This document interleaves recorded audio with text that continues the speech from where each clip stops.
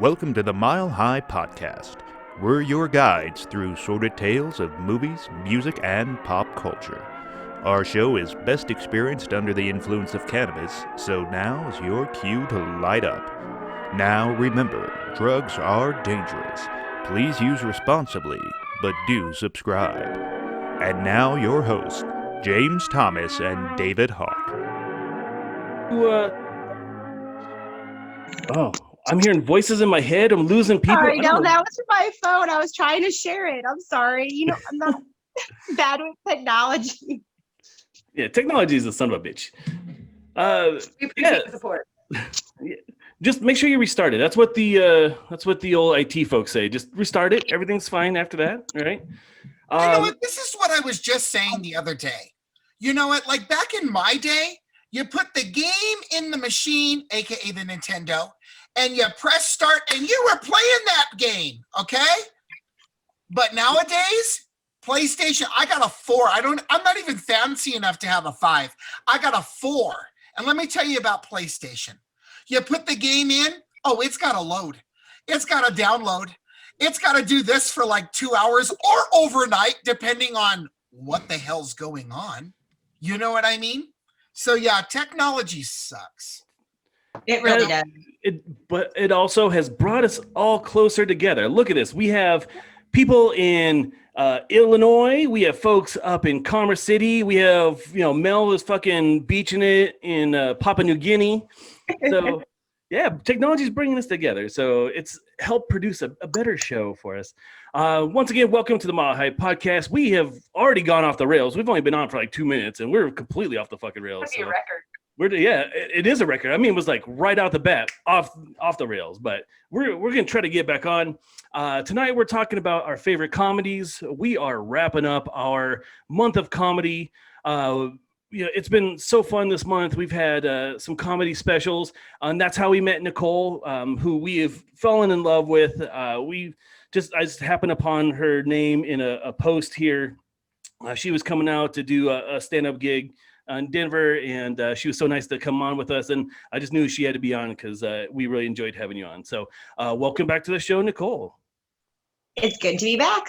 Yeah, thanks for coming on. And this next guest needs really no introduction, but I do want to say that he has texted me over and over again, like, are you mad at me? Why am I not on the show?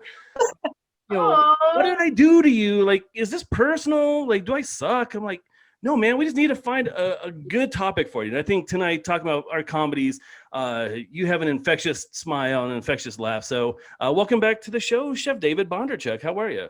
Hey, I'm doing great. Thanks so much for having me. And that may really sound desperate, Dave. How dare you? No, I'm sorry. The truth hurts, man. And no, we love you. We love you. We just needed to find the right topic for you. You're always welcome on. So, and then my co-host tonight is coming to us all the way from the beaches of Fiji. Melody, how are you? And how's the weather out there? It's fantastic where I'm at. And, I don't know so much physically, mentally, it's just fantastic. Thanks for asking. How are you? I'm doing great. I love you're on a nude beach out there. It is not. I'm actually dressed. I'm fully dressed. It's just strapless, and I didn't think about it, and I kind of messed with the camera a little bit earlier, but it's not getting better. So I figured I'm just gonna have to go with people who are gonna know that I'm not gonna show naked. Her bun keeps on disappearing into the back screen, and it's the best thing ever. Yeah. That's awesome. No, I love it. I can see it. Sometimes I can't. These things are the best. Thank you. Yeah, I did not think this one at all. It was a great day, and we, had yard work to do and everything. So I just went with like, cool. So. What kind of yard work do you have down there in Fiji? It's a lot of, I don't even know how to make something up because that's how little yard work I do. That's funny. I don't know. I mow lawns. So we always like to start the show just kind of catching up, especially since it's been a little while since we've had one of these Mile High podcasts, and especially we haven't seen David in a little bit. We haven't seen Mel in a little bit. So I just want to kind of get up and see what's going on. David, what you been up to, brother? Well, I'm like so happy, like things are starting to open up. I'm getting more and more calls for my catering. I'm the owner of Scratch Catering Services. And during the pandemic, we launched a food truck called The Remix, where I took recipes for catering, my TV shows, and my cookbook, and I remixed those into street food. So the dishes that made me most popular, I put a gangster twist on it. So summer's in full swing. We're doing the food truck, rocking that. Me and Dave, are we allowed to talk about this? Yeah, go for it. Me and Dave, we have collaborated together, and we will be doing, a pop-up of Dave's own menu, and I'll let him tell you what it is because I think it's so badass. Yeah, I love just kind of taking risks and trying to do stuff that I really enjoy doing, and I love cooking. I'm not nearly the level that Dave is there, but I love to cook, and I've always wanted to try a food truck. So David just happened to have a food truck, and I said, "Hey, brother, can I just do a couple hour pop up truck? We're doing quesadillas because quesadillas are like a blank slate." So you can fucking throw meatloaf, meatballs, chicken, you can throw anything on a quesadilla and make it awesome. And so him and I have been working on a real cool menu, and I think it worked out pretty good. I look for it sometime, I think in July. We haven't really nailed it down, but it's going to coincide. My cousin Amanda, who's been on the show, she is doing a lot of performances this summer. So we're looking to see if we can kind of coincide the food truck with one of her performances. So let's take a look, keep an eye out for that. I'll be posting shit all over. We're going to do a live remote from the food truck and everything. So just keep an eye out on that. What else? David, you said you were also doing something else. You have another venture because you're not busy enough as it is. No, so I'm known for my baking. That was the Food Network show, the Holiday Baking Championship. It really kind of put me on the map originally, and I always able to make my delicious baked goods, but then maybe with a little bit of enhancement. So I'm launching my own edible line, and I am very excited about it because a lot of times you eat an edible and it's like not good. And I want to make edibles that are like delicious, but then give you a little kick in a bit. You know what I'm saying? Sure. So that is what we're doing. So not only are you doing that, but Nicole, I think you're dabbing into edibles yourself. So what have you been up to? I am. I love making edibles, but unfortunately, Illinois isn't cool yet with a lot of stuff yet. So I have to say these are not for sale or trade. But if you ever, I have a summertime thing going on. I just made this lemonade cookie with candied lemon zest on top of it. Super fucking amazing. I actually was never much of a baker. I always like to cook, but baking cakes, cookies, always fucked them up until the pandemic hit. And so I was stuck in the house and decided to try. And I just stole my boyfriend's KitchenAid mixer and I used it for the first time. Never used one, always did everything by hand. Oh my gosh, she's criminal. But yeah, I've just been going through a midlife crisis, still unemployed, but producing comedy shows in the Alton, St. Louis area. And that's been very fun. What's you got some shows coming up, don't you? Yeah, I got one coming up on June 4th, a Good Weather Gallery. My friend Brooke actually owns that gallery, and it's one of the, I don't know, I just love her view of art. And the pandemic, got cotton mouth like a motherfucker right now. I'm right there with you. The pandemic hit everyone really hard in the art scene, and she's a relatively new gallery, so we're going to be doing a 50-50 raffle for them and some amazing comics, Will O'Donnell and Corey Stewart and Teal Pierce. It's going to be a lot of fun. And then I have one coming up on June 26th also at the conservatory, and that one's going to be spoken word poetry plus comedy. So it's like a night of bipolar, emotional roller coaster fun. Wow, that sounds That's awesome. interesting and fun and educational. A little terrifying. That a little bit of that too. What you up to, Mel? What you been up to? I'm just busting my ass trying to finish school. I graduate at the end of this summer. So, and then I need to work on my master's program plans. So anyways, that's one thing. But on the Mountain Shore side, I have opened up my vinyl collection for sale. It's Mountain Shore Full Circle. And I've been testing like lots of really cool old like 45s and 78s. Some of these are like 100 years old. Some of them I have to have a special player. So I've really just been learning a lot about music. And I remember at one point I was going to do a show before a pandemic and starting school. So, be on the lookout. I don't know. It sounded like she had something nice to say, and I can't remember what she said. I couldn't hear what she said. Me? Yeah, either you're pausing or like I'm cutting out. So I'm sure you had something very important to say, and I just missed it. That sucks, man. I was doing a lot. I was being very productive. Yeah, I couldn't hear her either. Okay, I'm glad it's not just me. So I heard her. Okay. Is it better now? Maybe I just need to yell. You should just yell the rest of the time. Okay. You should do a full-on Sam Kinison, just yell the whole time. Just scream it. Oh my God! Yes.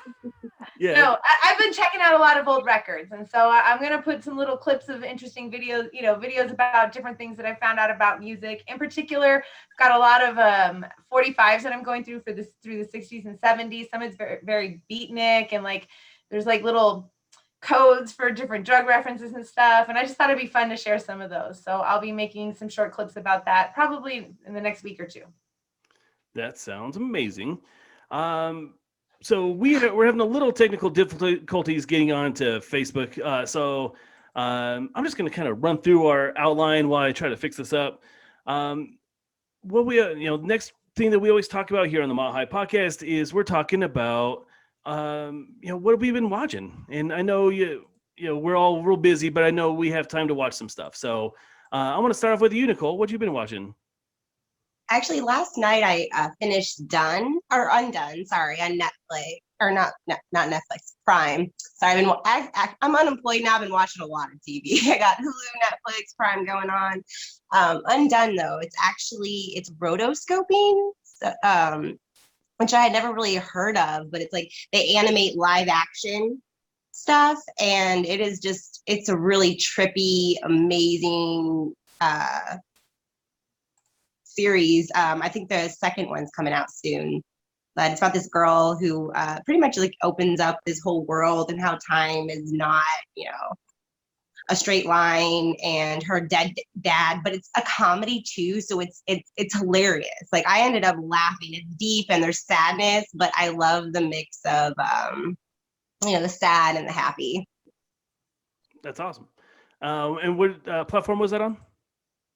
Prime, Amazon Prime. It's Undone. Nice. What about you, Mr. David? What you been watching? I had started I watched more I don't know, more commercial shows, I guess. I started watching the new Law and Order with Chris Mahoney's back. It's called Organized Crime, and I've been really enjoying that. But I think the season's over. And I'm watching The Handmaid's Tale season 4.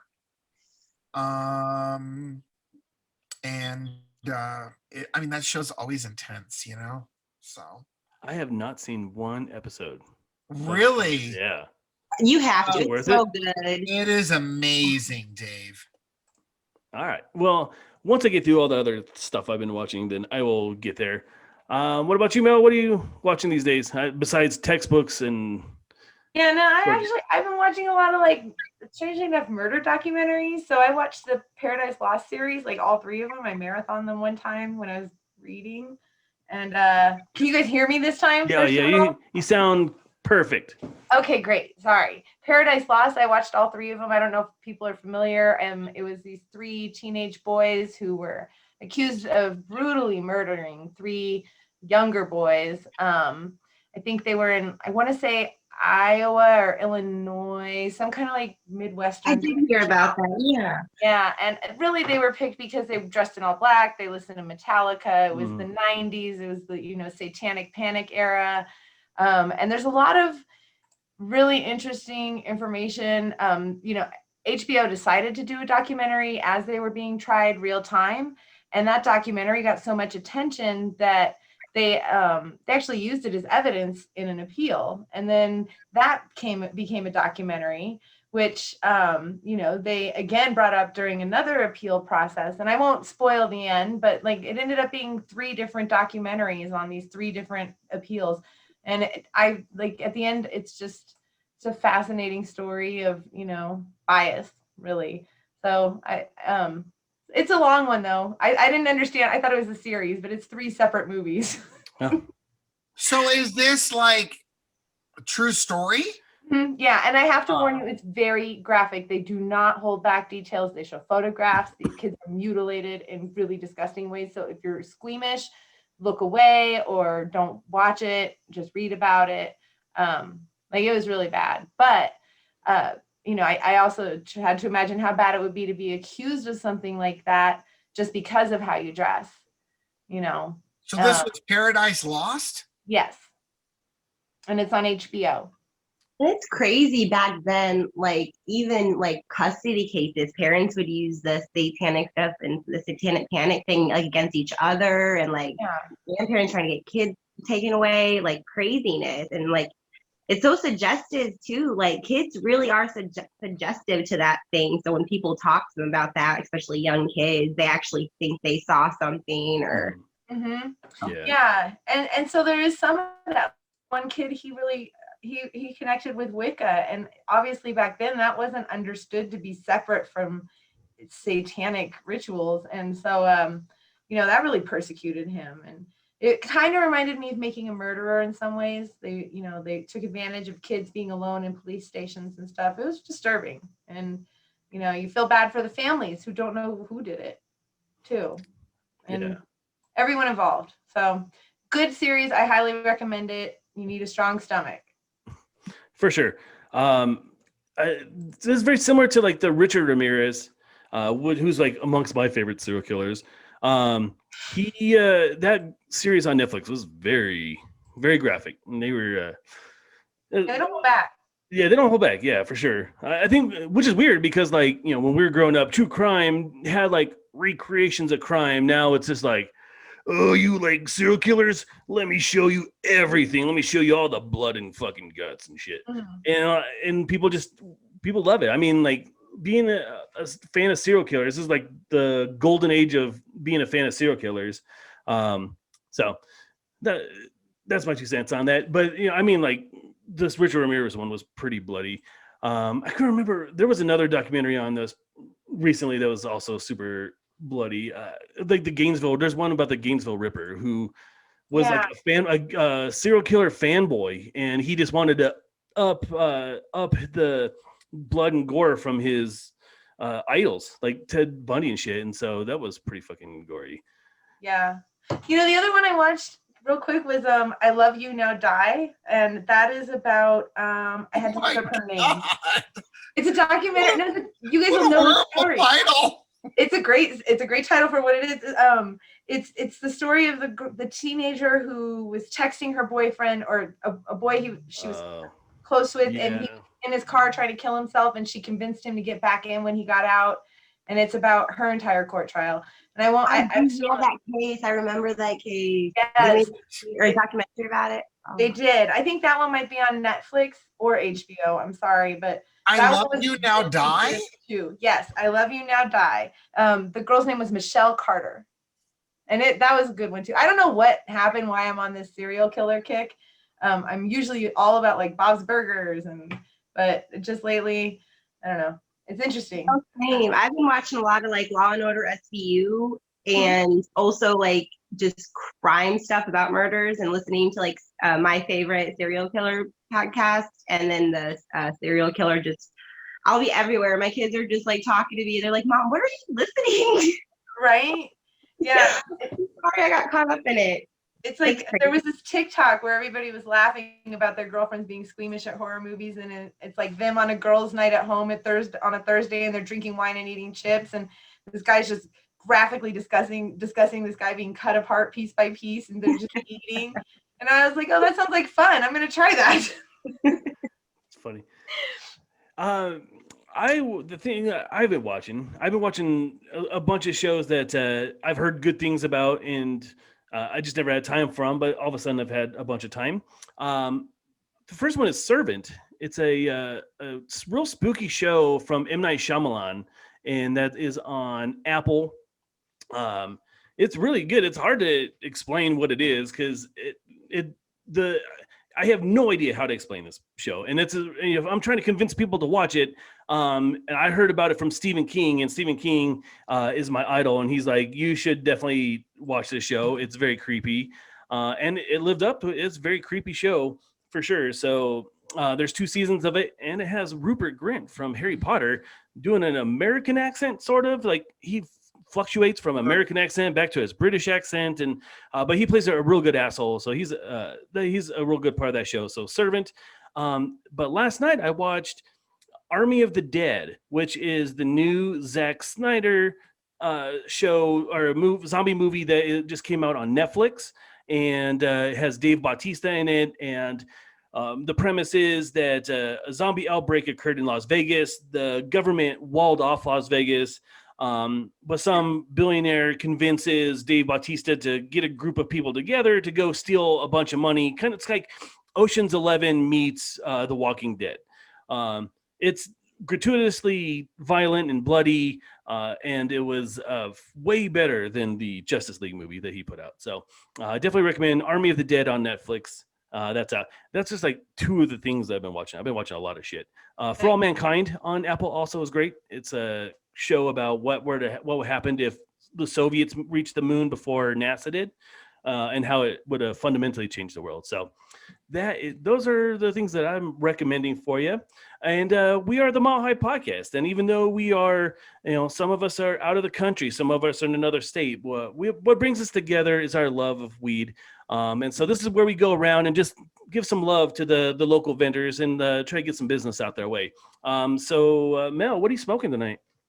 Tonight I'm smoking. It's an oldie but goodie for me. It's Blueberry Headband. It doesn't test particularly high. It's just a low grade sativa. It's good for when you're tired, but you're still kind of and you've got shit to do, so you can't go to sleep. It's that kind of smoke. So cheers to Live Well on Tower in Green Valley Ranch. It's become my favorite, quick stuff. Nice. What about you, Nicole? What you got going on over there in Illinois? I think I'm smoking the same stuff I was last time, which is that peach pie. It's very good. I like it. But when I was in Denver a few weeks ago, though, I had these really good dabs. So I don't have a dab rig, and I'm actually trying to work my way up to that because I've never really fucked with a lot of waxes.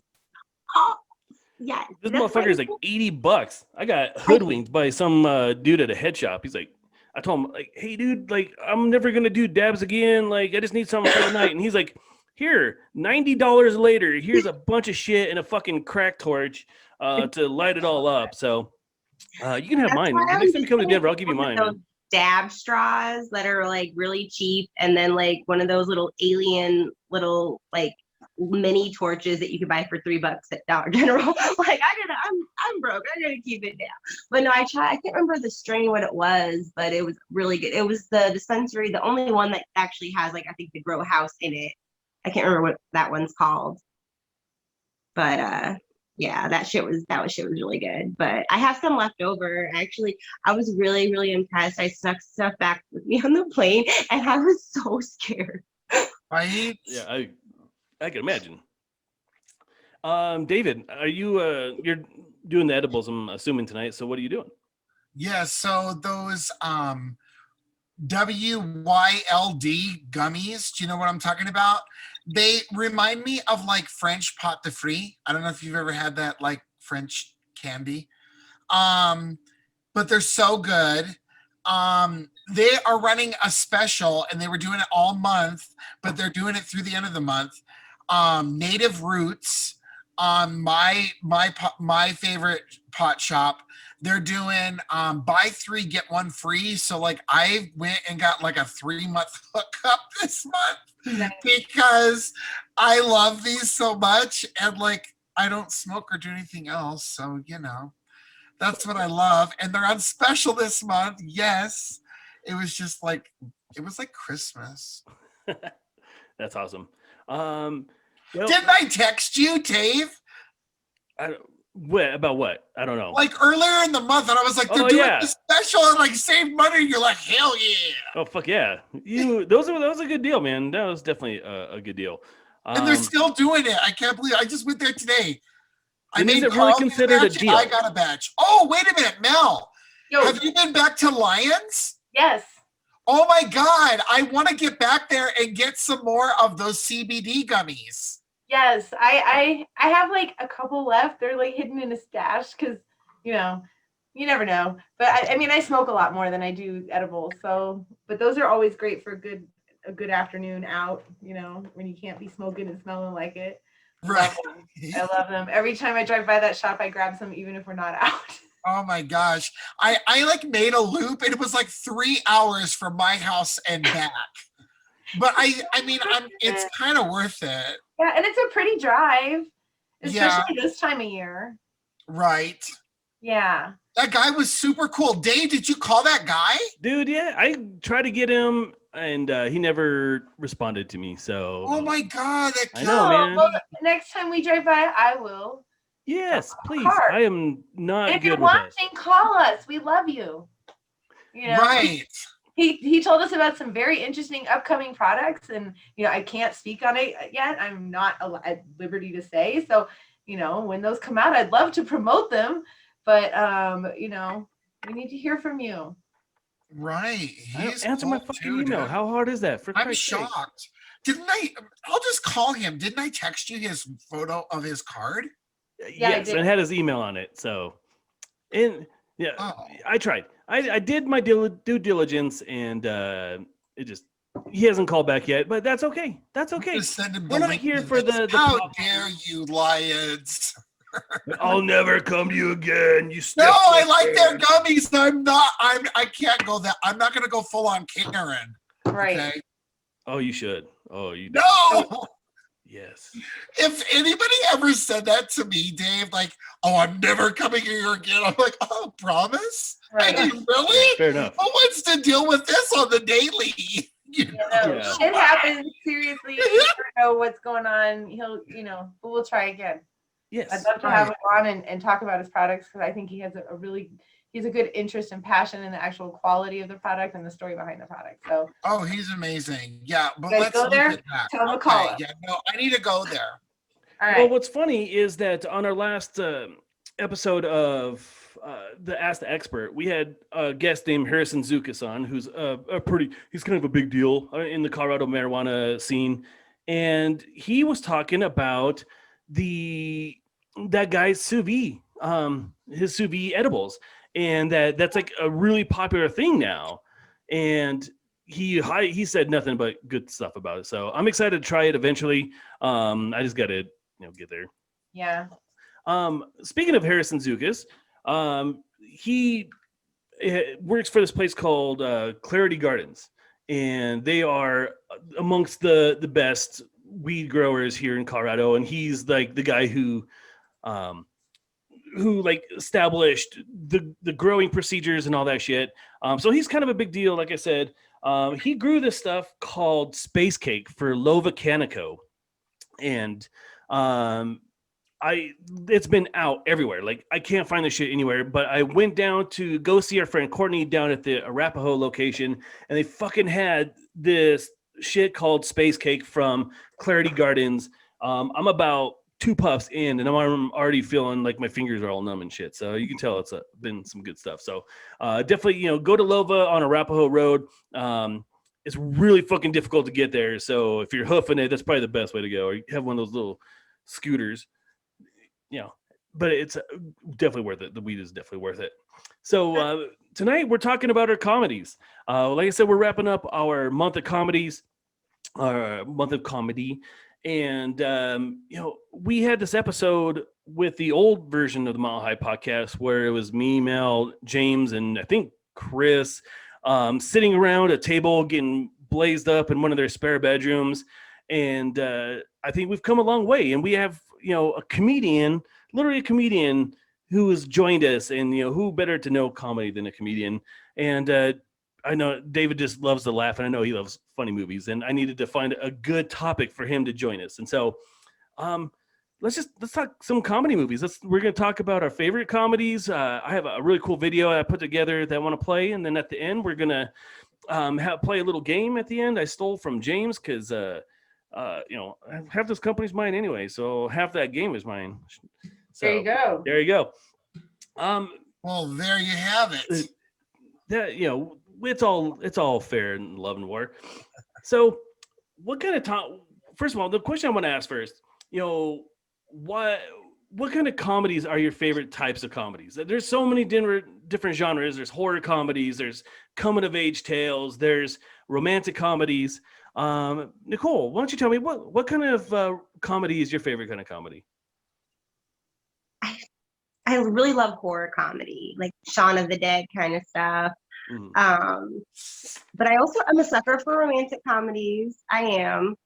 And also like old obscure ones, like, I don't know, just weird ones. Like one of my favorite comedy movies, which I saw maybe it's nostalgic because I saw it when I was like 10, but it's Who's Harry Crumb with John Candy. Oh yeah. I love that movie. That was a great movie. Detective, and it's so good. And I just like, that's like just very goofy humor.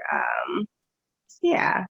And also just spoofs on serious stuff. I love mixing the serious with the funny. Do you have a favorite rom-com?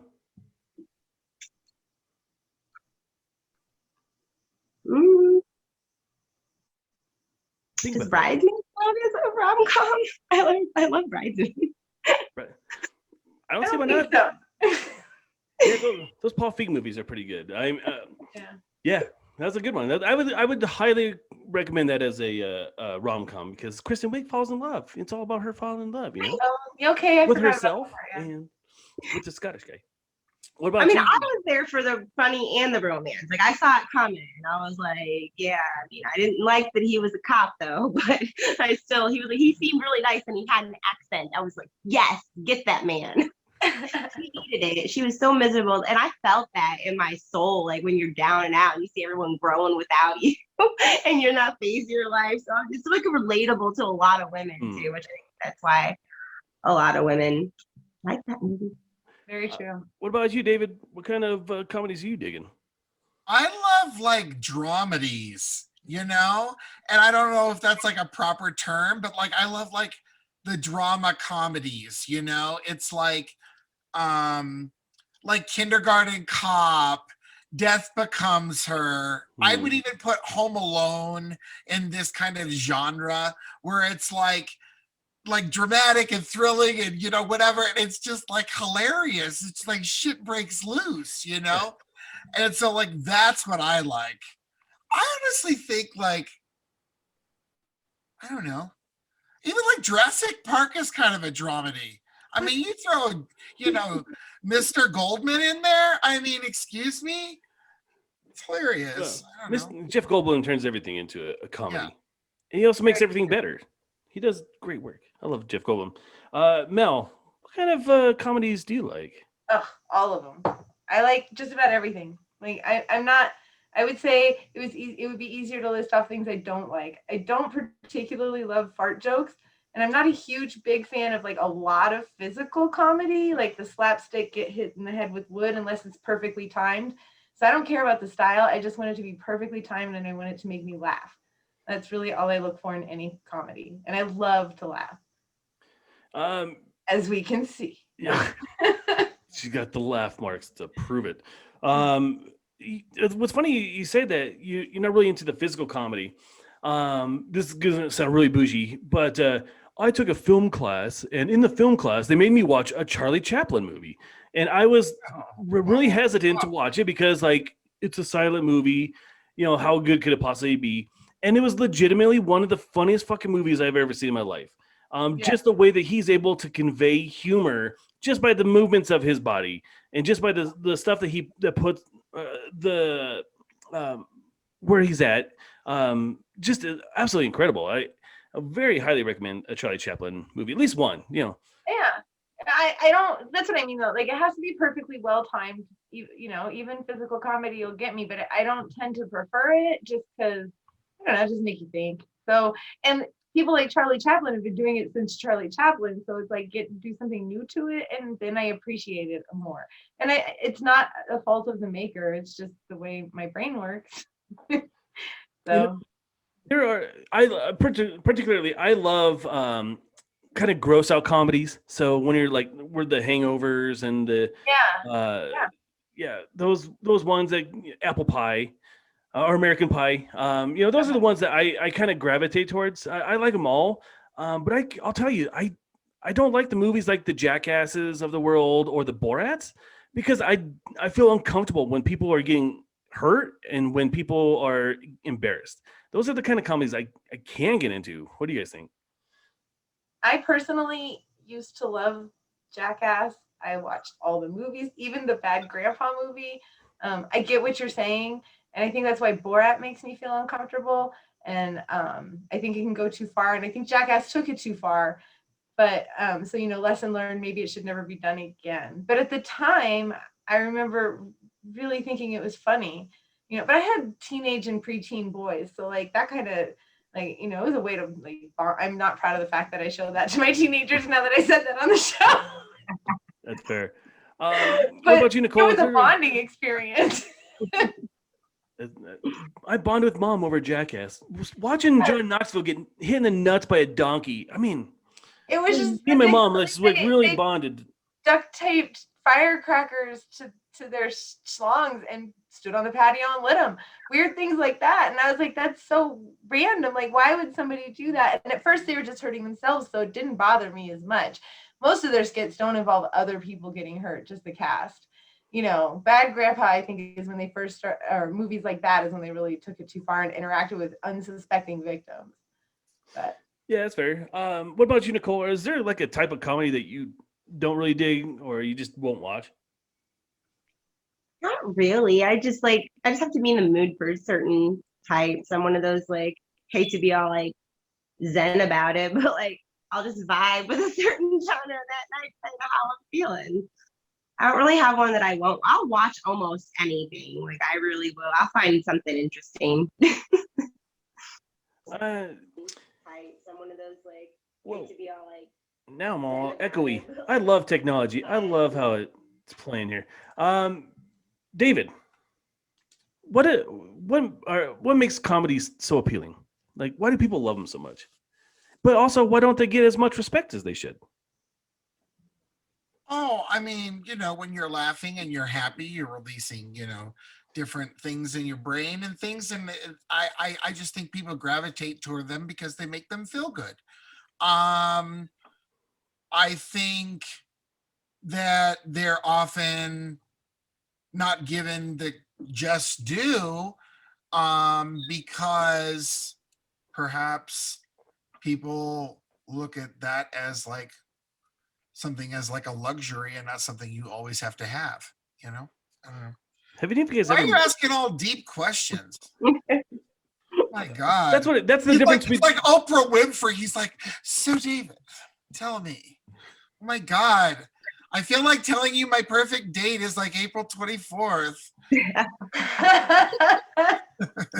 That's a Mean Girls reference. Well, no, this can keep going. I don't think I got the date wrong. I think it's April 25th. I don't know. I haven't seen either of those. It's not too hot, but it's not too cool. Right, and he's just I remember that. Jacket. One thing I gotta point out, man. Are you guys seeing that's a good, funny, like, comedy. I don't know if you guys are noticing, but the higher David gets, the more open his robe gets. You notice that? Just like the ensemble. 20 more minutes, it's going to become an only page. No. I like wore my robe because I like showered and came down, and I was like, I'm just gonna wear my robe like I'm Mariah fucking Carey. Yes. At least you had the wherewithal to put on a robe. Oh, and I have Gucci slippers on. Of course. That's Anyway, funny. why did we get started talking about my ensemble? Because it's so fabulous. Because I've been watching this the whole time. I'm just watching your robe just like slowly just like open up. We're fucking starting to let that shit breathe in there. Dave, That's really funny because you know what I'm watching are the amazing pictures of the lady faces behind them. You guys can look at my dog. My blurry dog. Aww. You can get some water. Oh, dude. Nicole has like a whole fucking litter of little kittens. And is that dog alive? I'm fairly sure it's alive. There we Oh, go. yeah, boy. I just recently found out that my dog Albus is afraid of the wood floors. So now I gotta get like fucking rugs and shit. No. Yes, he's alive, David. Don't you worry. What, Mel? Why don't comedies get as much respect as they should? Because David's right. Like, they make you laugh, they make you feel good, but how come like they get snubbed at the Oscars? Like, what is that? I think it is because people think that it doesn't have to be smart. I think like the thing about a drama is you can feel good about yourself for nominating it because it usually brings awareness to a topic, a social topic or an economic topic or that kind of thing, and so you feel good about bringing awareness to that. And I think with comedy they think that you don't have to think as hard to be silly, but silly doesn't come naturally when you're thinking about it. The reason like you connect with people when you have a moment where you can't stop laughing together is really because it's rare and it stands out in your memory, and you build a relationship based on that like experience of being in the same group and getting it together kind of a thing. And in that way, I think writing comedy, to me, it would be like writing a song where it's kind of, you're putting yourself out there in some way, and so I actually disagree. I think it should be given more credit. I think comedy has to constantly evolve, whereas true stories don't have to because they're just based on true events.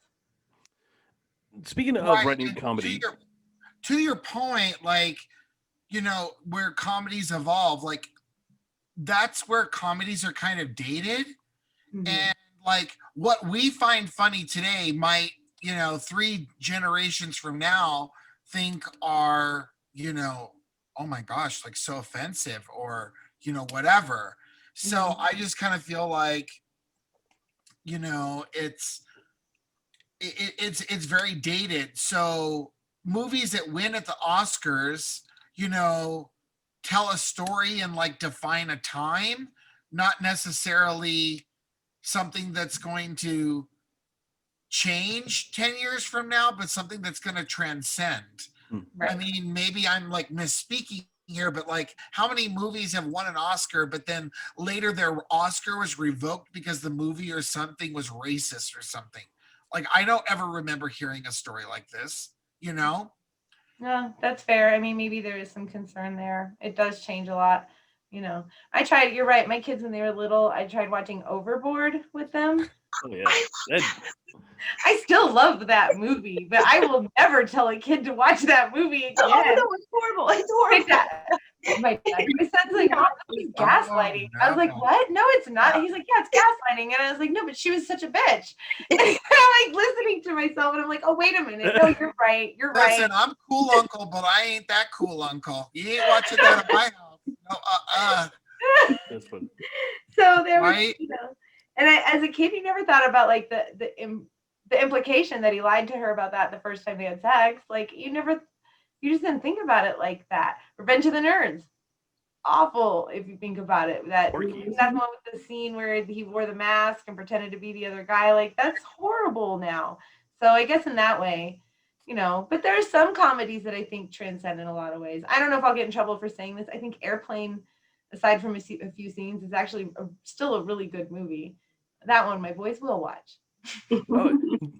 On this video that I'm going to play here in just a minute, got a lot of love for Airplane. So yeah, those kind of movies, those are the kind of like vanilla ice cream of the comedy world, where it's not too racy. It's like, the jokes are on point, but it's not like, The Hangover, like The Hangover to this, like, and you'll see Nicole's boyfriend Jason. He does a great segment on this video talking about The Hangover, and like he says that it doesn't really hold up to the test of time, and I can That's fair. completely agree. Are there any other movies that you guys kind of watched recently, or like, ooh, that really doesn't really hold up too well? And will you stop watching it? No, you know what though? Because Coming to America 2 came out, I made everybody in the house rewatch Coming to America. And aside from a few very specific problematic scenes, I actually thought that movie held up really well, and I still laughed my ass off to it. But I can't think of any others recently that I've watched where I was like, ooh. But, you know, I've been not watching a lot of comedies, apparently. I've been on murder. I actually watched White Chicks. Out of Control. Yeah. Ooh, yeah. Tony Danza. I loved that movie when I was a child because I wanted to be the makeover girl in it. But the very unhealthy relationship that Tony Danza has with his daughter, it does not like. It's just like they totally sexualize this teenage girl when she was just getting a makeover to not, you know, she was like, she just wanted to be funky, fresh in the 80s, you know? And yeah, it did not age well at all. I was watching it the other day and it's crazy because I used to like watch that movie. I swear like 1,500 times. I watched that movie when I was 10 years old. Yeah. And now I'm just like, you know. There are two movies that I love and I will not stop watching them, but you know, watching them under the context of where we are today.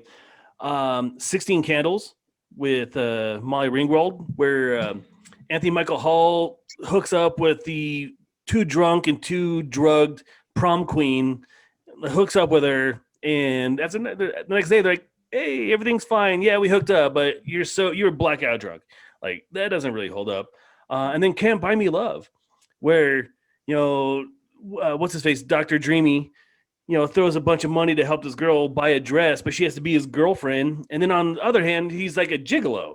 Like he works at a pizza place. I actually love that movie. I know. Don't watch it. That's a great movie. It doesn't really hold up, you know. It doesn't really hold up these days. But I won't stop watching it. The thing is, like, I watch everything I have is on streaming now. So, like, you literally, if you want to watch a movie, you have to go and search and find a movie. Like those are the kind of movies when back in the day you just like turn on the channel like, oh, Can't Buy Me Love's on, let me watch it. Now I have to like go and search for it, but if it ever comes on, you know, I'll watch it. It's funny. But Tony Danza was a gigolo? No, man. Man, you're like way off track. We're done talking about that like 5 minutes ago. Well, she's like obsessed with Tony Danza. Who isn't? Tony Danza's fucking dreamy, man. National treasure. Have you seen him in Taxi? Well, I don't know. What? Taxi? I'm kidding. I don't really care for Tony Danza. Well, Elton John wrote that song about him, so, you know, he's been around. What? Wait, was it Elton John song about Tony Danza? Oh, Tony Danza. Oh, I fell for it. Fell for it. God damn it, David. Damn it. All right. So we're gonna pause for a moment where I'm gonna play this video. I put together a bunch of videos. God. Play the video. I was literally in the process of playing the video, and you're like, playing the video. I'm trying. I'm interrupting me. Oh, time's a ticking. I gotta eat dinner. What? I see. I work at Starbucks, right? So my fucking dinners are like 5 o'clock, and then David's like, you know, the guy who fucking stays up all late. So he's like, I'm gonna have dinner about 10 o'clock tonight. It's an early dinner for me. We do that all the time. With all the geriatrics. Here we go. Right. I'm actually an early bedder, but like, you know, I stayed up late for you, Dave. All right. So I'm going to play this video. Hopefully it comes through. But we've got a load of technical issues already. So if it doesn't play, then, you know, fuck today. But let me try it. Hold on.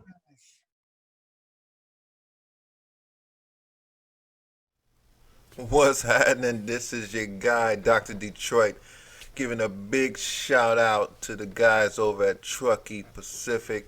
Yeah, they wanted me to go ahead and share one of my favorite comedy films. It was definitely difficult to come up with one, but as I took some time to kind of research and think about it, I came up with Stir Crazy. starring Gene Wilder and Richard Pryor. Definitely one of my favorites, an all-time classic. I think it was early 80s. This film came out, and I was blessed to see it at the theaters. And the unique thing about this is one of the first time we've seen a comedian, black comedian, white comedian, or I think Gene Wilder might be Jewish. But regardless of that, just the fact that this comedy transcended race in this particular film. And I haven't seen this type of comedic duo in such a film like this since. I definitely hope they don't try to remake it because of the classic nature of this film. But also, if you look at a lot of footage out there where Richard Pryor just goes on and on about his admiration for Gene Wilder and just how his natural ability, his natural comedic genius that he just saw and had to express throughout the film, and how we just enjoy working with him.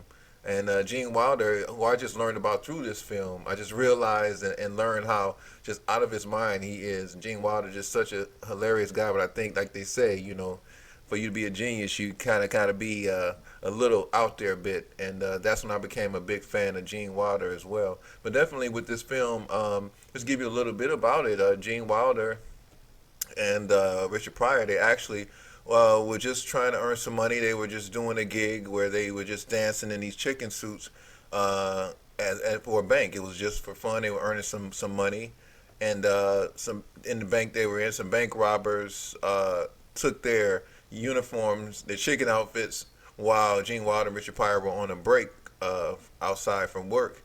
And these bank robbers took their suits, robbed the banks, dumped their suits. So when the police came, they thought Gene Wilder and Richard Pryor were actually the bank robbers. So it kind of goes on from there, and they ended up being locked up from it for that. And then the film kind of goes on from there. So without giving it away, definitely a film you want to see. You can find it now if you look it up.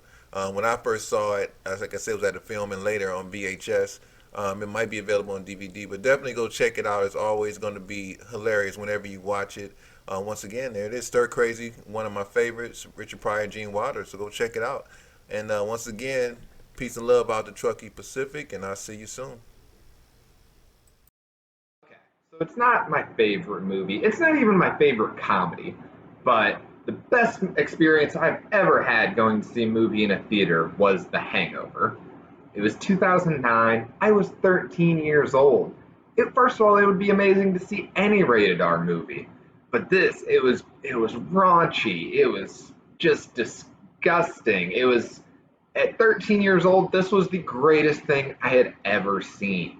Like, that is exact, and not only that, I got to go see this with all my brother and all of his friends who were all 16, 17. My mom lied to the person at the counter and said, yep, all 8 of these kids who barely look anything like me are mine.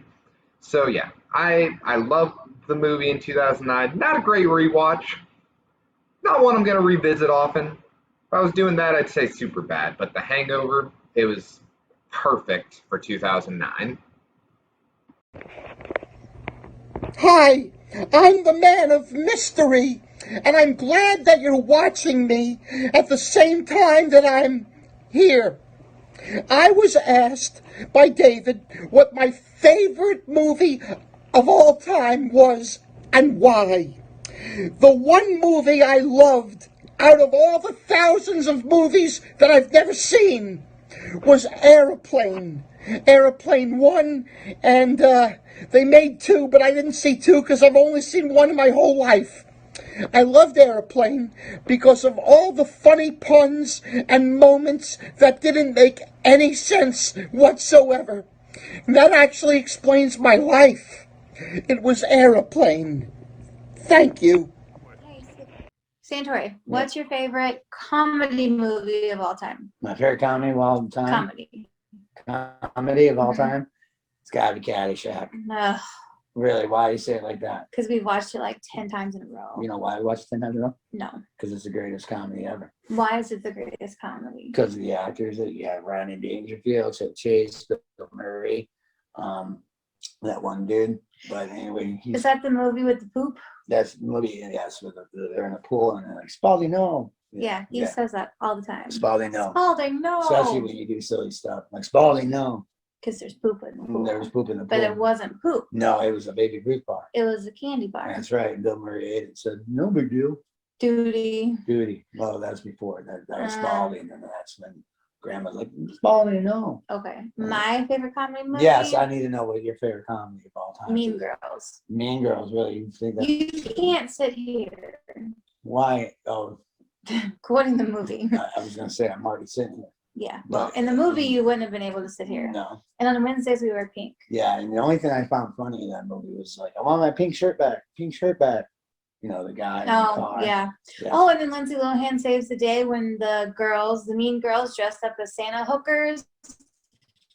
The music stops and then she saves the day. By because singing she's a Lindsay song. Lohan. Yeah, Lindsay Lohan saves girls. Yeah. And she was a mean girl, though, wasn't she? She turned into a mean girl, but then she turned back into a nice girl and made it right with the world. Oh, thank you, Lindsay. Yeah. Hey, so it took me a while to think about it because there's a lot of really good ones, but my favorite comedy has got to be The Hangover. I think it was kind of a new, inventive story. I remember the first time I watched it and they're getting ready to go out and then like the night just passes. You're like, well, we're not going to get to find out what happened. And then you find out kind of in reverse as they piece it together, you get to piece it together with them. Ed Helms is just hilariously funny. Zach Galifianakis is just great in that role. My favorite line is actually Bradley Cooper when about halfway through the movie they come back to the hotel room and he goes, fuck, I keep forgetting about the goddamn tiger. And it just cracks me up because I'm like, how bad is your day that you keep forgetting about the tiger in your bathroom? It still makes me laugh. I've seen it like probably 30 different times. I was disappointed in the sequels. Unfortunately, it's hard to bring that same chemistry back time and time again. It's kind of like a one-time deal. But yeah, The Hangover. It's my favorite.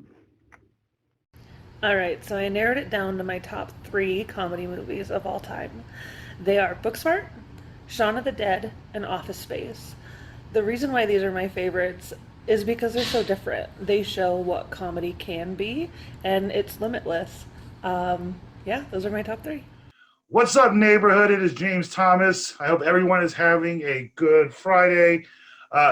Welcome to our mid-season finale. Dave asked us to record this, which means that literally I just got this done for him like hours before the show came on. So the fact that it's even edited into this video, thumbs up, Dave. His question, very simple. Favorite comedy movies, like all-time favorite comedy movie. This took a minute because I am a huge fan of 80s comedies that do not age well, unfortunately. I like Ski Patrol. I like Ski School. I like Stay Tuned. There's a lot of issues coming from some of the comedies I enjoy. But my favorite comedy of all time, that is actually pretty simple. It is the comedy that has guided every kind of comedic view I had going forward. And it's going to be History of the World Part 1. Now, for those of you who don't know it, that is a Mel Brooks film. Absolutely brilliant. There are a lot of Mel Brooks films to pick from. Young Frankenstein is great. Blazing Saddles is great. Robin Hood, Men in Tights, super great movie. But History of the World Part 1 taught me smart comedy in a way that I too very much to this day appreciate that movie. It is a comedy that I watched when I was younger, and I've watched repeatedly growing up, and I understood more and more jokes as time grew, which made the comedy more and more enjoyable for me each time. Originally, Mel Brooks is good at visual comedy. He is good with word comedy, even for children, but there's such subtle, brilliant humor in there. There is an Oedipus the Blind joke in there where this guy, give to Oedipus the Blind, give to Oedipus the Blind, and the Gregory Hines character says, "What's up, motherfucker?" Amazing line that a 7-year-old did not understand. Hearing them say motherfucker was funny, but the depth of that line is lost. The Inquisition is a brilliant song. Absolutely one of Mel, right up there with Springtime for Hitler, one of Mel Brooks's best songs. So that's it, Dave. I hope this is what you wanted. It is History of the World Part 1, Mel Brooks comedy, and it is the pinnacle top of that Mel Brooks comedy. Have a good time off from us, and back to you guys. I am Mr. Retiree, and my number one comedy of all time is Airplane. And I got to say, it's not only the best movie, but the best number of sequels of all time. It's got its own Airplane 2, and then it's got a series, and then it has the TV series Police Squad. Yeah. Yeah. So anyway, that's my number one. My number one, which was really hard to narrow down, is Young Frankenstein. And I can pretty much put the reason into 2 words, which are so for a lot of my favorite comedy movies, and that's Madeline Kahn. And that's pretty much all I have to say about that. Everybody's seen Young Frankenstein, I'm sure. That's it. Hello, it's Courtney. Just taking a quick break from a Love I Canna Kill to tell you about my favorite comedy movie, which is in fact the Lego Movie. Not really like a classic comedy, I would say, but I am just a big like animation cartoon. You animate it and you put it in front of me, I'm gonna watch it. And the Lego Movie makes me laugh every single time. I even pronounce certain things like they do, you know, like the golf brand, Titleist, Titleist, and like the Band-Aid, you know, Band-Aid, all that stuff. It's like these little stupid things that just make me laugh so hard. And like I said, I've probably seen it like 100 times, and I will never not be funny. So, Lego Movie, number 1, not number 2. That one could have been a little, you know, a little better, but. Thoughts. Let's go. Let's kind of go back around and let's talk about our favorite comedy movies. That's kind of why we're here, and we can kind of comment on some of the video or the movies mentioned in the video there. Nicole, I'm gonna start with you. Tell me what your favorite comedies are, and you know, were they mentioned in any of the videos? I do like Mean Girls. When she said Mean Girls, it made me happy. I like, okay, have you ever heard of the movie Saved? ! Advertised it. It's hilarious. It has Jenna Malone, Mandy Moore, Macaulay Culkin, and it is like a spoof on religion, and pretty much just like this Christian girl who like ends up pregnant, but she thought she was trying to fuck her boyfriend because he was gay, and she was trying to turn him straight. So that's how the beginning of the movie, all this shit happens, and she gets pregnant. But the friendships that form along the way, and the way they, like Mandy Moore's character is like the overly villainous, is trying to save everyone. Like at one point, they're like trying to save her, so they try to abduct her and put her into this van, and they throw a Bible at her head. Like it's just, I just love that kind of comedy. Buffy the Vampire Slayer, they were trying to do it entirely more serious, but it came out as the perfect horror comedy. I love Kevin Smith movies. Dogma is one of my favorites. I love religion. Like religion spoofs make me happy, but that like, I actually rewatched it with my boyfriend last couple months ago, and he had never seen any Kevin Smith movie, and I chose him. This was the one I chose to go with. Well, if you're gonna go with the Kevin Smith movie, that's a good one to go with. It was, but he's okay. So I grew up Catholic, so I got a lot more of the jokes than he did. He didn't come from a religious family or whatever. So he like the things that I appreciate about it, like the inside jokes and the lore or whatever, because it's really just a very well written, I still realize like things that I had missed and jokes that I had missed when I watched it when I was younger. I did let my son watch that when he was 4. It was his favorite movie. I have several pictures of him doing the Buddy Christ pose. So yeah, I actually had a list. I don't know how it went, because there was something else, one other movie I wanted to. Speaking of Kevin Smith, I get to go to movies tomorrow. I know you went a couple weeks ago. Yeah, tomorrow's my movies day. So what'd you order? I ordered the cow tipper and the cock smoker. Yeah. So one of each. The cow tipper and the cock smoker. I'll be enjoying the cock smoker tomorrow. My wife will be consuming the cow tipper. And for Mel and Dave, who are like, what the fuck are you talking about? So Kevin Smith, who's, you know how much I love Kevin Smith. I talk about it all the fucking time. He has these pop-up restaurants based off of the restaurant that he created in Clerks 2. I think also in Dogma. I think it made its first appearance in Dogma, where it's kind of like a McDonald's kind of restaurant. And now he does pop-up restaurants all over the country. And he has such a ravenous fandom that it's fucking sold out. It's here for like 2 weeks and it's fucking sold out. And I'm lucky enough to have gotten tickets, and I get to go tomorrow, and I'm very excited. Awesome. Yeah. Did you see that I got the poster from the? Yeah, I saw that. They left all their stuff up, I guess. Like a bunch of people just vandalized all this stuff, but they had pretty much left everything up from it. That's funny. Yeah, I like well-written comedies. I like comedies that are the brainless ones, like The Hangover, but then I also like the ones that make you think, like the Chasing Amy's of the world. And that's one thing I love about comedy is like there's no like set directions for how to write a comedy.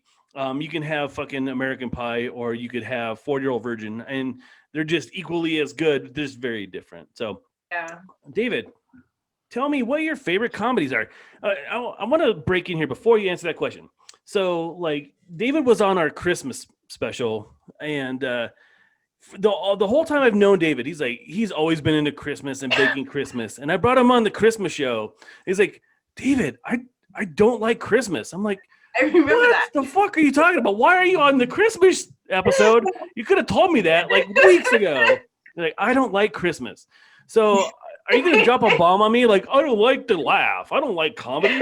That shit. Yeah, true, but I was gonna just play your game this time and not be a Debbie Downer.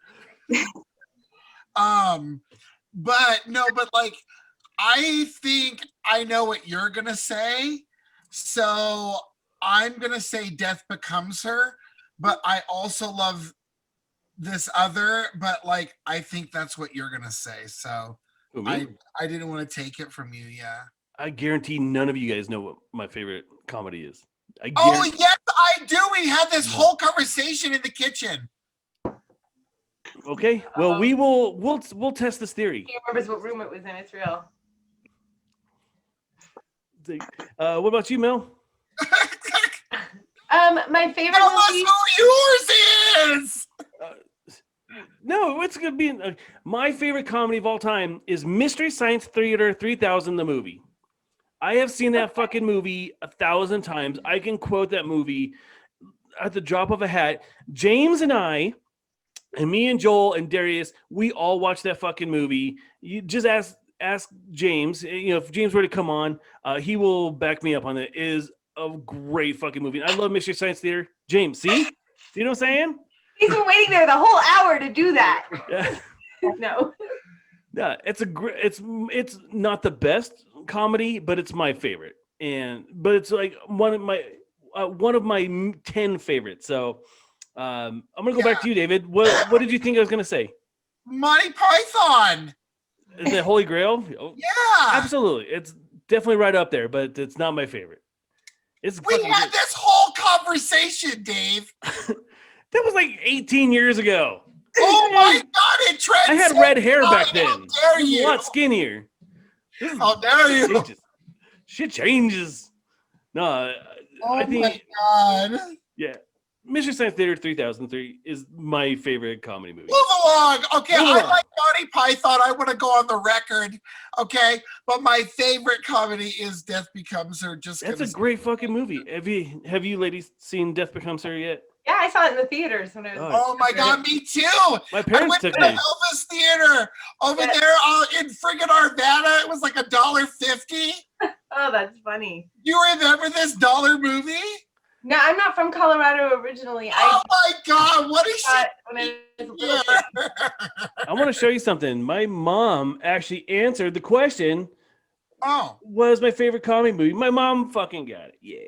Nice. Mom always knows. I can't even believe. And I haven't seen her in like 25 years. I don't know how she follows up on that. Where was I? So Death Becomes Her. My parents actually took me to go see it. I was pretty young, but that was a great movie. I highly underrated movie. I can quote that like top to bottom, but like that's the kind of comedy like I would like Clueless and like Romy and Michelle's be like a comedy too.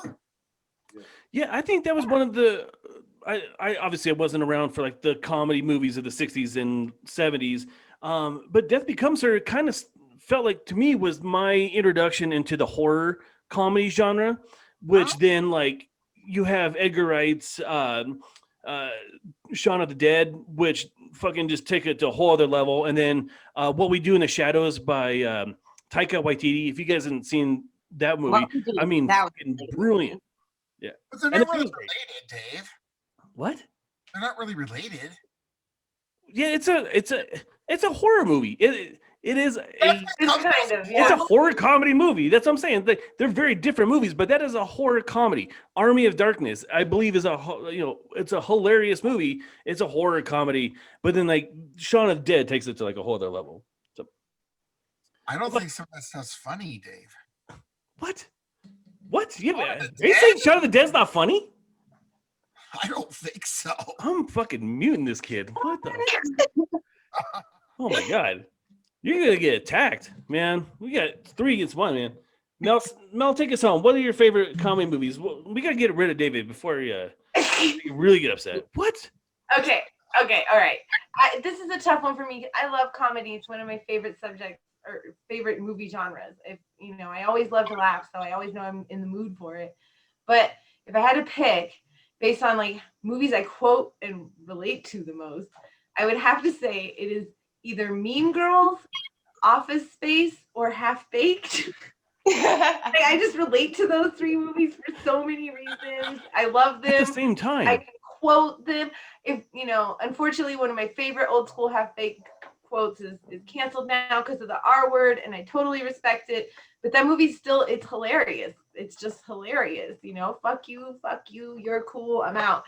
Like I've done that places. So I just love those movies so much. Yeah, that's Office Space doesn't.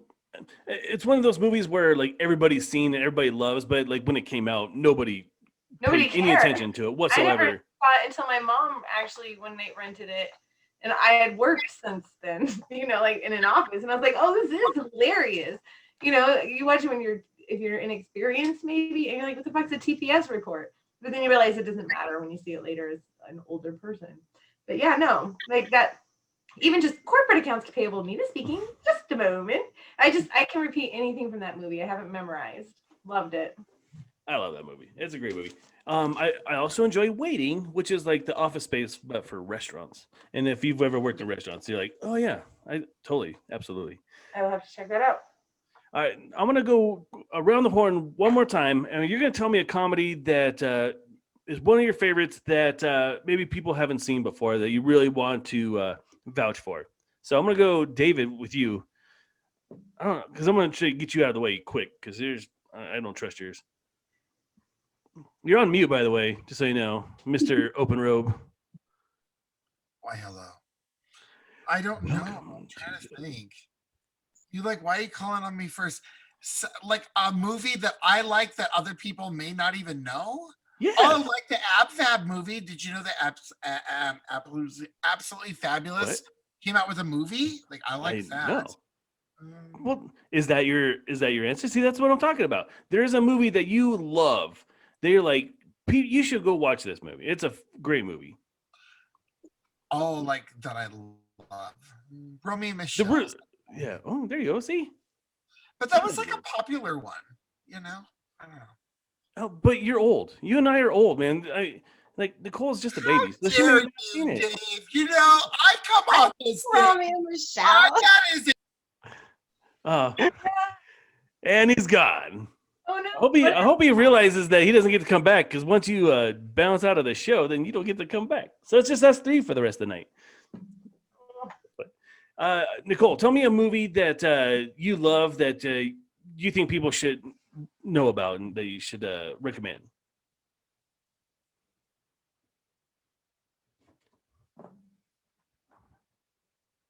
I love Paul Rudd. And it's I didn't think I would like it at first because somebody had described it to me, but I watched it about a year and a half ago after never, like, I was like, I'm not going to watch it. I didn't really, like, I don't know. It was fucking hilarious. I never laughed so much. You should definitely check it out. Love that. Oh, also one more though. Sorry. Can I do two? No. 25. I don't give a fuck. Do whatever you want. I'm really a big fan of Netflix, Prime, and those. They have really good original comedy movies. But The Wrong Missy had me cracking up the whole entire thing. The Wrong Missy, watch it. It's rom-com too, and but it's absolutely ridiculous. And I love that. I can't remember her name, but she's in some other stuff. But I just love her as an actress. She does a lot of physical comedy, but the timing is great on it. So I think you'd like it now. Like it really is funny. Nice. All right, Mel. What about you? Right. I'm gonna have two. I'm gonna have a show and a movie. Okay, do it. Show and a movie. All right. The movie, I think everybody's aware of the fact that Dora the Explorer came out with a movie. However, I would like to let everybody know this is not geared towards kids. This is clearly geared towards the adults who, as kids, watch the shows and their parents. Like, everything about it is just, it's not for little kids. It's hilarious. They act concerned that she talks to the camera when she asks you to repeat things. Like, it's relatable. It's funny. So I highly recommend that movie. I think it's underrated. And as far as shows, I did think of a show I've been watching, and I'm sorry I didn't mention it earlier, actually. It's Shrill with Oh, yeah. Lee Bryant from SNL. Mm-hmm. It's on Hulu, and it is hilarious. I would consider it almost like a Sex in the City out of Portland instead of New York.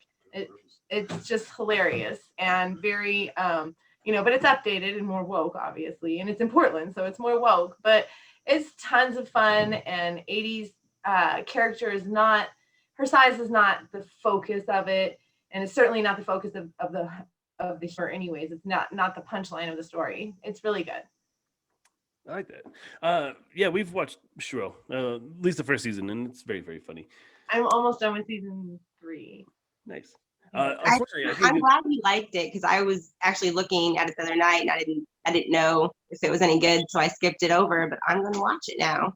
It's slightly slow at first, and I avoided it it came up on my For You page or my suggestions on Hulu for I think 2 years, and I just never did until the pandemic. And I was like, fine, and I'm hooked. Yeah, I like it. Also, really good Pen 15 on. Yes. Oh yeah. Okay. Yeah, I think they won a bunch of Golden Globes too.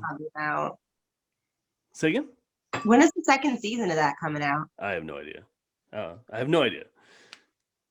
I just hope it comes soon because I've been waiting for a while for that. I don't think I got canceled. It's really good. Yeah, I think it does. It needs a second season, obviously. Yeah, and I think it won a bunch of awards. So I definitely recommend that. I'm gonna throw in two movies in a show. I'm gonna raise you. You guys went two. I'm gonna go 2 movies in a show. The show Masters of None on Netflix, written by and directed by Aziz Ansari. This last season was not nearly as funny as the first 2, but it's more introspective. But the first 2 seasons of Masters of None is brilliant writing. It's absolutely brilliant writing. The movie there's 2 movies I recommend. And I'm trying to pull up the IMDb because I'm so fucking high right now. I totally spaced the name of the one by Camille Nujani. So give me 2 seconds while I pull it up. It's a movie. It's kind of a movie where him and his wife. It's like it's almost a biographical movie, but it's not. It's still Hollywood biographical. It's called The Big Sick, and Camille just starts dating this chick, and then all of a sudden she gets really sick and falls into a coma, and he is literally by her side the whole time. And then the movie, Holly Hunter and Ray Romano play this girl's parents, and it's brilliantly done. It's hilarious. So The Big Sick, you can get that off of Amazon. That is a great movie. In fact, it's my son's favorite movie, so I highly recommend that. The other one is Booksmart, and I know, Mel, you didn't love it as much as I did, but it is my favorite high school movie, comedy movie of all time, and I love Superbad, but Booksmart I think is even funnier, with Benny Feldstein, directed. I can't remember who the fuck it directed by. But it was a great fucking movie. Great movie. So right before this started, I was watching one on Hulu, Plan B. That is, I haven't finished it because I realized that I had to be on here and I wasn't gonna finish it. But I'm telling you right now, watch it because it has the same. It's the high school female book smart kind of S comedy, but there was a scene in it where I was just like, I didn't even know they could show that, but I guess it was like full dick piercing. She pulls. I don't want to give it away, but anyway, it's really good, and I haven't even finished it, but I'm gonna finish that while I'm eating some munchies after it. I feel like that was suggested to me because of Shrill. Yeah, it was. We'll have to keep that in mind. Dave, I don't remember not liking Booksmart. I'll take your word for it. Maybe I had a problem with part of it, but I don't remember. You literally did. You guys, you and James both warned me, like, you're not gonna like when we said it, but we didn't really like Booksmart. But I loved it. They're directed by Olivia Wilde, by the way, who was married to Jason Sudeikis, who happened to be in the best and funniest show of last year called Ted Lasso, but it's on Apple, so nobody fucking ever watches Apple. But that is the best show that came out last year. And can I do one more show? Of course, you can do one more. It's The Great North by the Bob creators on Hulu. Yes. It's got, I can't think of his name. Never heard of that. Yeah, it was fucking Ron Swanson. Yes, it's got Ron Swanson from Parks and Rec. It's got a couple of the voice actors from Bob's Burgers. It's got Alanis Morissette on it. Will Forte. Yeah, it's very, very good. Yeah, it's really funny. Man, I literally, we could be like, hey, one more. We can like one up each other all fucking night. There's a new one called Rutherford Falls. Is another new one. It's on Peacock, but it's done by Michael Schur, who is the creator of like Parks and Rec and Brooklyn Nine-Nine and Good Place. Him and Ed Helms came up with a new show. It's called Rutherford Falls. That's really funny. Okay, now that you mention it, Good Place. Yes, Good Place. That is one of my fucking brilliant show. Absolutely brilliant show. I love that show so much. And I love podcasts, and they put out a great Good Place podcast. And it's really, really funny. Hosted by Kevin. All right. So we're gonna wrap up by I was gonna do a whole like fucking game of like, let's pick the 25 funniest videos or movies of all time. We're just gonna go down. We're just gonna go down the top 10, and we're gonna talk about like, should it be number 1? Should it be number 10? Should it be higher or lower? So according to the Rolling Stone. The Rolling Stone had a poll for their readers, and they asked to come up with 25 of their funniest movies. The number 10. What do you think number 10 is? Of all time? Of all time. It's an 80s movie that had O.J. Simpson in it. Oh, that's Naked Gun. Yes. Do you think it's worthy of number 10 funniest movie of all time? It depends on what comes after it. It was a pretty funny movie. It was a pretty funny movie. I don't know if I put it in my top 10. Naked Gun. I don't think I've ever seen that. Really? It's pretty funny. It is pretty funny, but then you like OJ is in it, and you're like, yeah, that like 5 years later, that dude killed 2 people, and like I don't know if it's that funny anymore. Which is too bad. It was a funny movie. Dumb and Dumber is number 9. Do you think it is worthy of number 9? It would not be in my top 10. Yeah, it's not actually.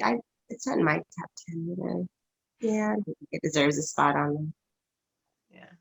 Yeah, it's funny. I don't know if it's top 10 funny. The next one, number 8, is Life of Brian by Monty Python. Does that deserve a number 8 rating? Oh no, It's I'm funny. not a Monty Python gal. It's okay. Yeah, it's okay. I think Monty Python is slightly overrated, but it's funny. Yeah. But it is funny. I like it. It's funny, but it's not. I don't consider it top 10 funny, and definitely not top 8 funny. Definitely. Number 7, this is the first one I agree with. Number 7 is Spinal Tap. Ooh, yeah, I'm okay with that. Somewhere in the middle of a top 10 list. Yeah, that's a good one. It's the saddest chord, really. Sorry. Hello, Cleveland. Number 6, Caddyshack. I also agree with this one. I think it should be higher. I actually think it should be higher. I'm okay with where it is, even, actually. Yeah, I'm okay with where it is. All right, we'll keep it where it is. Number 5, Young Frankenstein. I think it should be higher. Yeah, it's not even my favorite Mel Brooks movie, but everybody tonight mentioned it, so it certainly deserves to be higher. I've never seen Young Frankenstein either. Oh. See, I'm learning. No, there's a few that we've talked about that I haven't seen, so I have like a little mental list going on. What knockers? Roll it, hey. My mom, she introduced me. My mom and dad, they introduced me to Young Frankenstein. I got to introduce my kid to Young Frankenstein. It's such a funny movie, dude. You've got to check it out. This is a movie that, fucking eat one of your freshly baked edibles and just sit down and laugh your ass off for 2 hours. It's great. Yeah, it's fucking great. Number 4 is Animal House. No. I have not seen Animal House. There's my one I have not seen. No, I don't think it deserves a place on there, honestly. It's like Hangover without any of the smart humor.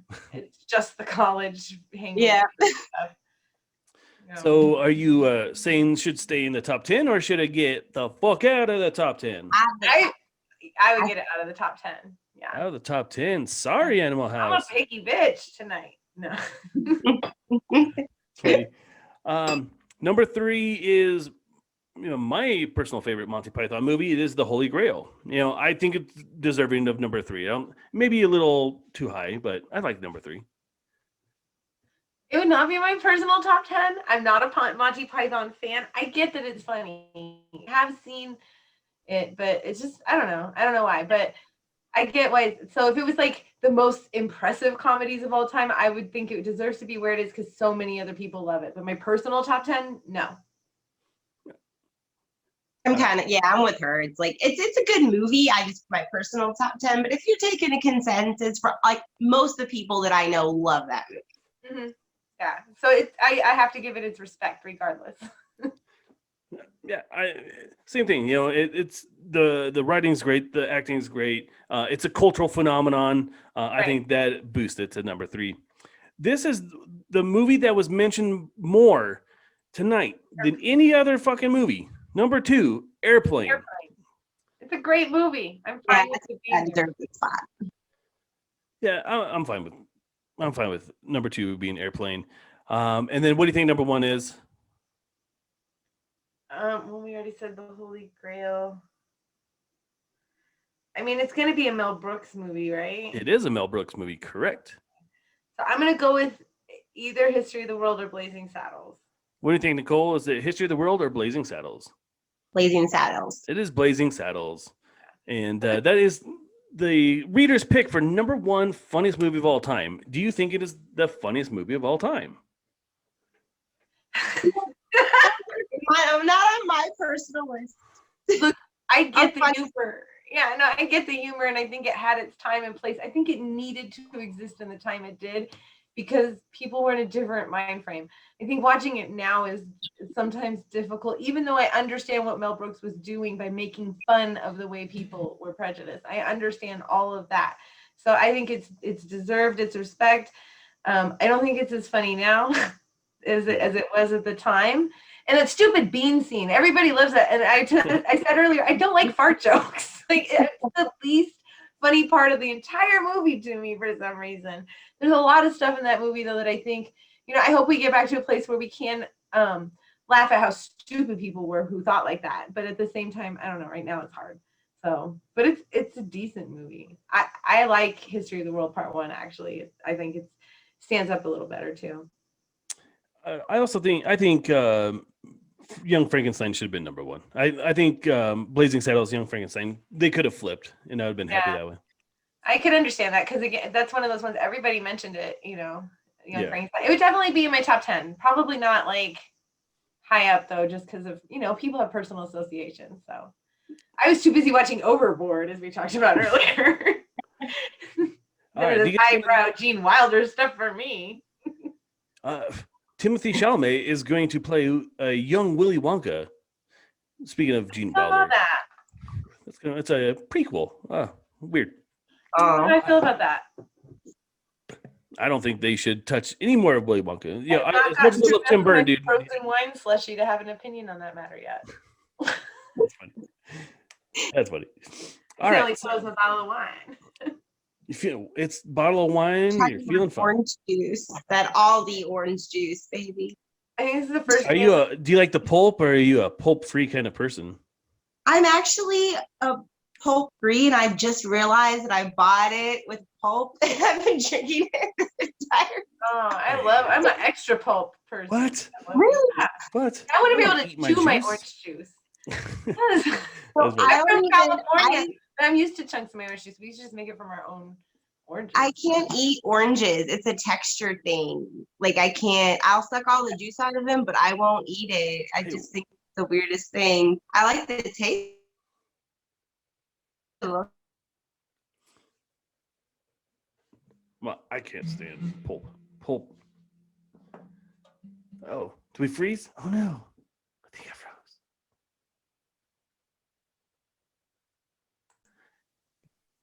I'm back. Oh my god, I left. I got fucking. We were just talking. Like, where did he go? Yeah. I was like, I'm sorry, I don't need to like orange pulp. Like that was the last straw, man. Fucking. Oh my god. I'm having all sorts of issues tonight, and I'm like the only person here in my house, and I turned all the electronics off, and I'm still having issues with the Wi-Fi. And my printer doesn't work. I couldn't print off the outline. Fucking Facebook wouldn't let me post on there. The video was echoing. I mean, it was like a whole comedy of technical issues tonight, but we made it through. We're right there. We're at the cusp. We're at the cusp of victory here. I don't remember what we were talking about. I was so, talking about pulp in the orange juice, and then I got kicked off, and then I completely forgot what the fuck we're talking about. So, orange pulp. That's what we're talking about. Okay, so to the top 25. 25 is Super Bad. You guys, how? Actually, that would have probably been on my top 10. I think it should be higher. 24 is Tommy Boy. 23 is Blues Brothers. Number 22 is Dr. Strangelove. Number 21, I definitely should have been higher. Raising Arizona. Oh, I love that movie. Yeah. Son, you got a panty on your head. Okay, sorry. Number 20, Planes, Trains, and Automobiles. I definitely think that one should have been higher. Yeah. Number 19 is Office Space. That is like a top 5 movie for me. That's in the top, Yeah. Who the fuck are doing these? Like 80-year-old people who Not are doing us, this. apparently. Yeah, no shit. Number 18 is Anchorman, which is funny. I don't know if it's top 25 funny. It's very funny. Oh, it would have been in top 10 for me, probably. Really? No. Yeah. Oh, then you're really gonna be surprised that number 17 is Step Brothers, which I think Anchorman is funnier than Step Brothers. Oh, it's far superior. Yeah. But I mean, Step Brothers is all right. Okay. It's all right. And there's a couple like really funny scenes in it, but it's not like it's not a consistently funny. I don't think it's top 20. Yeah, and I think because Will Ferrell relies too much on that part of the physical comedy that I don't always appreciate myself. He doesn't do it as well as Charlie Chaplin, so I have high expectations. Fair. Number 16 is 40-Year-Old Virgin. I love. Yeah, no, I would put that in top 10 maybe for me. I'm surprised Knocked Up is not in this list. I like. That was. I do like. I like. It's hard to remember every comedy movie, because there's a lot. Oh, my top 10 would be. Oh, I love Seth Rogen. The Long Shot was actually an amazing rom-com. I loved that fucking movie when he fucking came on himself. I was just like, come There's back. so many movies that pop up in my head as you're saying these movies. I'm not gonna put you through it. I'll just let you know if they don't come up. Sorry, I did get distracted. No, that's what it's. Absolutely. Number 15 is A Fish Called Wanda. That's okay. 14 is Borat, which is okay. Something About Mary. Oh, we haven't really talked about that one. That one's really funny. It is funny, but it wouldn't be my top anything really. I don't know why. Fair. Yeah, that probably wouldn't be my. This next movie though is got to be a top 10er. I can't believe it's number 12 on this list. Is Big Lebowski. That's one of my favorite. Oh yeah, that's a good one. That's a great fucking movie. Number 11, The Jerk. Have you guys seen The Jerk? Oh my so god, good. I forgot. See, I was born a poor black child. Yes, that would be my top 10. Yeah, for sure. Let's round it out, and then like I said, Naked Gun, Dumb and Dumber, which is dumb. Should get out of there. Life of Brian, I don't think is top 10. Then Spinal Tap, Caddyshack, Young Frankenstein, Animal House, Holy Grail, and Airplane, and Blazing Saddles to round out the 25. yeah, no, see, I feel like they forgot about Roxanne and Uncle Buck, and they deserve to be in there. Roxanne with Steve Martin. Yes, I love that movie. Yeah, it was funny. I don't know if it's top 25 funny. Yes, it was for me. Top 25, maybe not Uncle top Buck. Uncle Buck is definitely very funny, but they completely omitted Christmas movies, and they completely omitted like Ghostbusters. Like, there's no Scrooge in there. There's no National Lampoons. There's no Home Alone. There's no. Do you want me to write a stern letter? You should. Practically, dear Mr. Gremlins is a comedy. Who is? Gremlins? That is like a really it is a comedy. Amazing fucking comedy. I think that should have made the list, honestly. Galaxy Quest. Have you guys seen Galaxy Quest? Yeah. I definitely think that's top 25 funny. I love that movie. All right. So we have actually spent, between all the technical difficulties, my long ass video, my internet connecting in and out, we managed to fucking talk like an hour and a half about our comedy. So we're gonna wrap this shit up, especially since I know we're all just anxious to get off because we're pretty fucking stoned at this point. This is where we're gonna do our plugs, and so Nicole, I know you got a ton of shit coming up, so plug everything away. Yes, June 4th, I have a show at the Fairweather Comedy Show at Good Weather Gallery in Edwardsville. On the 26th, I have a show at the Conservatory, Laugh Until You Cry, in Alton, Illinois. And I'm going to be in Kansas City in June as well, a couple of days. If you love comedy in the St. Louis area, add me on Facebook. I have sick ass memes. And I have really cute kittens right now. So it's like best of both worlds. But yeah, thanks for having me on. It's always fun here. Yeah, thanks for coming on. I really appreciate it. And yes, your cats are fucking adorable. I'm gonna be almost as sad as your family is when you get rid of them, because then we don't get to see all the pictures anymore. We're making them little cat going away pies made out of tuna and wet cat food, and we're gonna have a little party for them, like their little adoption days. I don't envy. I cuddle with them every night. My daughter's like, and I'm just like, I have to tell you, no, you know how hard that is for me. Like, I want to keep all of them as well. Yeah, I don't envy the tears and breakdowns that you're facing here once those cats are gone. Because, man. Fuck, I'd cry too if I had like a whole bunch of cats. I had to give them up. I'd be just as bad. Mel, what are you hawking these days? Just my Mountain Shore Full Circle on eBay. I'm doing, like I said earlier, the records. James has got a lot of other antiques on the main Mountain Shore eBay page. So please go check those out. You can find the links in our Facebook page. But other than that, I'm keeping a low profile, enjoying the summer. Keeping it on the DL. You get school going on. You're almost done with that. So just keep it low. I graduate in August, and then I have to apply for a master's program. So I'm really not going to overcommit right now. That's a lot. That's a lot.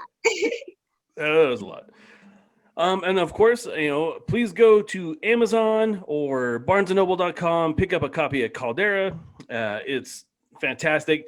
I think I've been selling it. It feels like it's been out for like 6 months or at this point. I've been trying to sell it, but definitely go to Amazon. You can even go to Audible.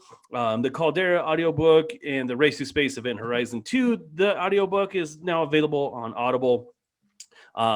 And coming up, we have, as James said, like I didn't say anything at the beginning, but James said that we're going on our mid-season hiatus. This is our mid-season finale. But I will be doing in 2 weeks a Mile High Podcast Quick Hits with Santori, because Santori and I have started a brand new podcast, and it's a music-centered podcast where we do deep dive research on our favorite albums. And so our first episode is going to be about Rush's 2112. So look forward to that. It's going to be Santorian Hawk's album dive.